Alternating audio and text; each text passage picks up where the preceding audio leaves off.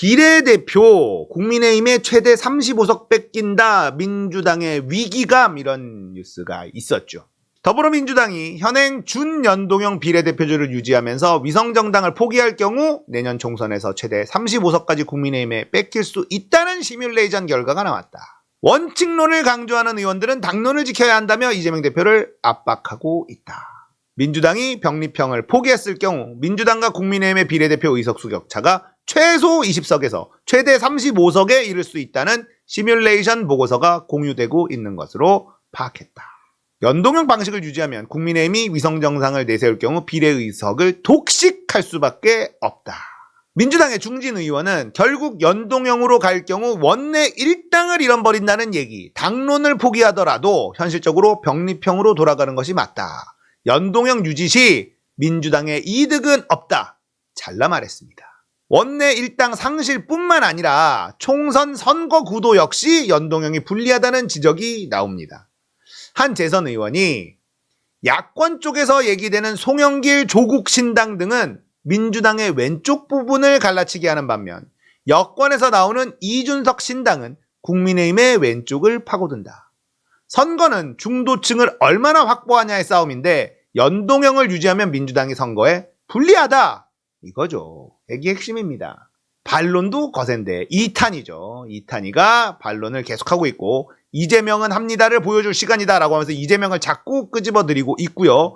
비명계 의원 모임 원칙과 상식도 이재명 지도부가 수많은 약속을 어기고 선거법 야합에 나선다면 우리는 모든 것을 걸고 막아낼 것이다. 이렇게 나대고 있고요. 김동연 경기지사도 거대 정당이 기득권을 유지 확대 독식하는 병립형으로 회귀해서는 안 된다 라고 이야기하고 있고요. 김동연도 우리 편은 아닙니다. 알고 계시겠지만 우리 편은 아닙니다. 국민의힘 편은 아니지만 우리 편도 아니다. 당 지도부는 결론을 내리지 못한 상황이에요. 29일까지, 내일까지 지도부 입장 정리할 방침인데 오늘 아침 김어준의 뉴스공장에서 김어준 공장장이 이 얘기를 했습니다. 많은 분들이 저번 총선에 몰빵론 때문에 김어준에 실망을 하고 김어준 때문에 열린민주당이 너무 많이 못 들어갔다. 그리고 수박들이 너무 많이 들어갔다. 뭐 이렇게 말씀들을 하시는데 그리고 다스베이다에서 수박들 이미지 세탁 많이 해줬고 막 이런 것들이 있죠. 물론 저도 그거에 대해서 비판을 했고 몰빵론에 대한 비판도 있었고 열린민주당이 좀 더 됐어야 되는데 뭐 이런 것 생각은 똑같으니까. 자, 그런데 말이죠. 김어준 공장장은 병립형을 이야기를 합니다. 그리고 하는 말이 매우 설득력이 있어서 제가 김어준 공장장 이야기를 마지막으로 좀 가져와 본 거예요. 무슨 얘기를 했냐. 연동형 있었을 때 본인이 더불어시민당을 민주당의 위성정당이라는 것을 알리기 위해서 엄청난 에너지를 썼다. 그럼에도 주변에 어떤 사람들이 있었냐. 누구 찍어야 돼? 정당은 뭐 찍어야 돼? 모른다는 거예요. 우리는 시사건건을 보고 계시는 여러분들은 정치 고관여층이기 때문에 송영길 신당이 나온다거나 용해인의 개혁연합신당이 나온다거나 이러면 우리가 저기에다가 찍으면 되고 지역구는 민주당 찍으면 되고 이렇게 자연스럽게 생각할 수 있지만 대다수의 국민들은 바쁘다. 이 얘기를 듣고 무릎을 딱 쳤습니다. 국민들은 바빠요. 그래서 내가 찍은 표가 어떤 영향을 끼칠지 모르는 선거제도, 이건 좋은 선거제도가 아니다라는 식으로 이야기를 합니다. 병립형이면 지역구 내가 민주당 찍고 정당 민주당 찍으면 끝이야. 그런데 정당에 민주당이 있는데 거기다 찍으면 비례의석이 하나도 없어요. 지역구 의석수가 많아지니까. 그러니까 나는 지역구 민주당 찍고 정당 민주당 찍었어. 위성정당 만약에 민주당이 안 됐어. 그러면 그 정당 투표는 사표가 돼버려요. 국민들은 바쁘다. 일일이 가르치는 에너지가 너무 많이 들고 저번 총선 때 저도 까먹었었는데 비례신당이 몇 개 나왔느냐? 30몇 개가 나왔다는 겁니다. 생각해보니까 그때 떠올랐어. 투표용지가 무슨 이렇게 긴 투표용지 나왔던 거 기억나시죠? 그때 30몇 개가 비례신당이 나왔대요. 그런데 이제는 50개도 더 나온다. 어떻게 될 거냐? 그럼 민주당의 위성정당이 기호 몇 번을 받을 줄 알고 그리고 개혁신당이 기호 몇 번을 받을 줄 알고 설명하기가 알리기가 굉장히 어렵다는 거예요. 근데 국민의힘은 위성정당을 반드시 만들 거고, 그리고 이름도 비스무리하게 만들 거고, 어떻게 될 거냐? 연동형 안 된다는 소리입니다. 연동형은 좋은 제도가 아니에요. 국민들은 바쁘다. 살기에 바쁘다. 그러니까 아예 예전 병리평이 차라리 낫다. 병리평도 문제가 없는 건 아니지만 연동형의 문제가 더 심하다라는 주장이에요. 투표용지가 이렇게 두루마리 휴지처럼 이렇게 쭉 긴 게 나온다니까요. 저번에 30몇 개가 나왔는데 이번에는 50개가 나온다니까요. 그러면 정치에 관심 없는 사람들은 어디에 찍어야 되지? 그러면 민주당이 손해를 보는 게 지역구 민주당, 정당 민주당 찍잖아요. 그러면 지역구 의석수가 많으면 이 제도에서는 비례의석 빵석이에요. 그러니까 지금 준연동형으로 고집 피우는 사람들 안 된다라는 이야기를 하는 겁니다. 김어준의 그 얘기를 듣고 나니까 김어준은 정치 고관여층이 보는 프로그램을 제작을 하고 방송을 하고 있지만 목표는 정치에 관심 없는 사람들이었다는 느낌을 좀 받았습니다. 몰빵론을 했었던 이유는 열린민주당이 잘 먹히면 좋은데 중간에 있는 사람들은 모르니까. 더불어시민당이라고 이름을 붙였잖아요. 여기에 몰빵하자 해도 위험하다라고 김어준은 생각했던 거예요.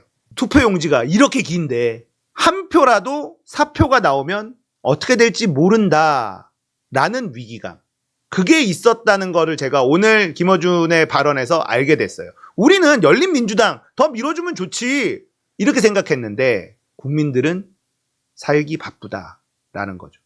저는 그 말에는 굉장히 공감이 됐습니다. 우리가 너무나 적은 표차로 정권을 뺏겼잖아요. 지금도 여러분들 긴장을 늦추면 안 됩니다. 김건희 특검, 윤석열의 폭정, 무능 이런다고 총선 우리가 무조건 이겼다? 안 되죠. 전두환이 독재를 일삼다가 1987년에 온 국민이 들고 일어나서 항복선언을 했어요. 6.29 선언을 합니다. 대통령 직선제를 하겠다. 그 다음에 어떻게 됐습니까? 노태우가 대통령이 된 나라예요. 그 얘기는 뭔지 아세요? 윤석열 대통령 다음에 한동훈이 대통령이 될 수도 있는 나라라는 겁니다. 방심하면 안 돼요. 역사가 증명해주고 있는 겁니다. 방심하는 순간 한동훈 대통령 된 나라에서 살 수 있다니까요. 정말 병리평 가는 게 맞다. 정치 개혁에 대해서 더 많은 고민이 필요하지만 준연동형 비례제는 실패한 정책이라는 걸 받아들여야 됩니다. 자, 여러 정당 만들어 보자 해서 했잖아요. 결과는 뭡니까? 결국 양당 정치잖아요. 지금도. 위성정당 때문에? 아니? 기본소득당이니 뭐 미래전환이니 시대전환이니 뭐니 막 했는데 다 어디 갔습니까? 걔네들이 무슨 세력을 만들었나요? 조정훈이라는 이상한 탈순놈들 끼어들어가가지고 국민의힘한테 한석 더 앵겨주기만 했지? 병리평의 문제점도 잘 알겠는데요. 병리평으로 가야 되는 겁니다. 국민들은 살기에 바빠. 니들이 명분 타령할 때 그거 공부하고 이해해 줄 사람들이 아니라는 겁니다. 잘못해서 국민의힘이 훨씬 더 많은 의석을 가져가서 국회를 장악하게 되면요. 윤석열 다음 한동훈 대통령 세상 올 수 있다니까요. 단순해야 돼. 선거제도는 심플해야 돼요. 지역구 민주당, 정당 민주당. 그러면 민주당의 의석도 더 많이 가져간다. 끝! 이래야 되는 거예요. 그리고 병리평으로 하면 이준석 신당도 안 나오고요. 장혜영 이런 애들 신당도 안 나오고요. 해미정당 이런 것도 안 나옵니다. 난립하지 않아요. 국민의힘은 병리평이 좋아. 양당 체제가 좋으니까요. 연동형은 뭐냐? 거대 양당의 의석수를 좀 나눠서 뜯어가지고 소수 정당을 때 좀 주자. 민주당이 좋은 선의를 가지고 그 제도를 밀어붙였어. 정의당이 어떻게 저렇게 막 난리 쳐가지고 누더기 같은 제도가 됐지만 어쨌든 그렇게 했는데 국민의힘은 나는 소수 정당에 나눠줄 생각이 없는데 어쩔 건데요. 국민의힘은 무조건 위성정당 만든다고요.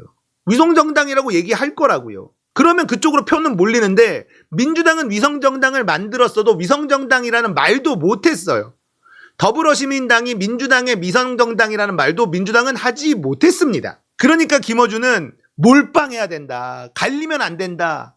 어찌 보면 굉장히 절박한 심정이었을 것 같다라는 생각이 들더라고요. 오늘 김어준의 발언을 조금 곰곰이 생각해 보니까 김어준의 얘기 중에 제가 가장 와닿았던 게 뭐냐면 지는 게 지겹다. 김어준은 지는 게 지겹다라고 이야기했어요. 생각해보면 김어준의 몰빵론이 패착은 아니었습니다. 위성정당에서 수박들이 대거 등장한 건 아니었거든요. 조종훈 한 명이 고춧가루 하나 끼어 있었던 것. 그만큼 인물을 검증할 시간도 부족했고 이런 건데, 몰빵론보다 지역구에 나온 애들 중에 이 스파이들, 이런 애들 이미지 세탁해준 거, 이 부분은 잘못했다라고 지적할 수 있지만 몰빵론이 잘못됐다라고 얘기하기는 어렵다. 어쨌든 많은 의석을 가져갔으니까요. 국민들은 살기 바쁘다라는 그 한마디에 많은 부분들이 좀 이해가 됐어요. 몰빵론에 대해서 저도 아쉬웠죠. 왜냐면 열린민주당이 한 7석은 가져갈 것 같았는데. 근데 이런 생각도 합니다. 김어준이 지금 이재명을 위해서 굉장히 일선에서 띄워주고 있는 것도 맞고, 이재명 재판 이상한 부분들 조목조목 계속 짚어내고 있는 것도 맞아요. 그냥 김어준을 싫어하시는 분들도 많은데 여론조사 꽃이 지금 엄청난 위력을 발휘하고 있기도 하고요. 속인 놈을 뭐라고 해야지, 속은 사람을 너무 뭐라고 하는 경향이 좀 있다. 사기꾼을 뭐라고 해야 되는데 사기당한 사람한테 자꾸 뭐라 그러는 경향이 있다. 김어준이 잘못한 게 있을진 몰라도 개혁하겠다라고 얘기해놓고 뒤에서 뒤통수 친 놈들을 뭐라고 해야지. 김어준 저거 같은 편이다 이래버리면 답이 안 나온다라고 저는 생각합니다. 지금도 김어준 없으면 어떻게 되겠습니까? 큰일 나는 겁니다. 지금 여론조사 꽃 하나만 해도요. 지금 김어준 못 잡아서 윤석열 정권은 안 달랐는데 뭐. 김어준은 신이 아니에요. 저도 이번에 민주당에서 공천을 받잖아요. 그러면 그 사람 지지합니다. 그 사람이 의심스러워도 일단은 국민의힘 함석보다 나으니까. 아무리 그래도. 수박이야. 경선했어. 이겼어. 그러면 저는 지지할 겁니다. 국민의힘보다 나으니까. 공천을 준 민주당을 사실 욕하는 게 맞는데 김어준한테 그만큼 기대고 있었고 믿고 있었으니까 그런 실망감 때문에 그렇다라는 이해는 합니다. 저도. 아무튼 병리평을 주장하고 있어요. 김어준은 병리평이 맞다고 주장하고 있습니다. 저도 병리평이 맞다 이렇게 생각하고 있고요. 병리평의 단점 있지만 그 확신은 김어준의 한마디, 국민들은 살기에 바쁘다. 여기에서 모든 갈등이 사라져버렸어. 맞네. 맞아. 우리야 정치가 너무 관심이 많고 정치가 우리 삶에 너무 중요하다는 걸 알고 있으니까, 관심이 많으니까 이것저것 다 알지만 대다수의 국민들은 먹고 살기에도 너무 힘들어. 표를 어디에 찍어야지 나한테 이익이 되고 이걸 일일이 설명을 듣고 공부할 시간이 없어요. 병리평으로 가야만 되는 단 하나의 이유를 들자면 국민들은 먹고 살기 바쁘기 때문에. 연동형 주장하는 사람들, 그들의 선의를 안다, 뭐 제가 이렇게도 했는데 이제는 선이고 나발이고 간에 다 깨부시면서 가야 될 것 같습니다. 병리평만이 대한민국을 지킬 수 있다. 확실히 이길 수 있는 선거제도를 놔두고 질 수 있는 선거제도를 굳이 선택하는 바보짓을 왜 하느냐. 그러다가 지면 책임질 수 있느냐. 승리하고 정치개혁에 대해서 논의해도 늦지 않습니다. 윤석열 정권이라는 거 잊지 말아야 된다.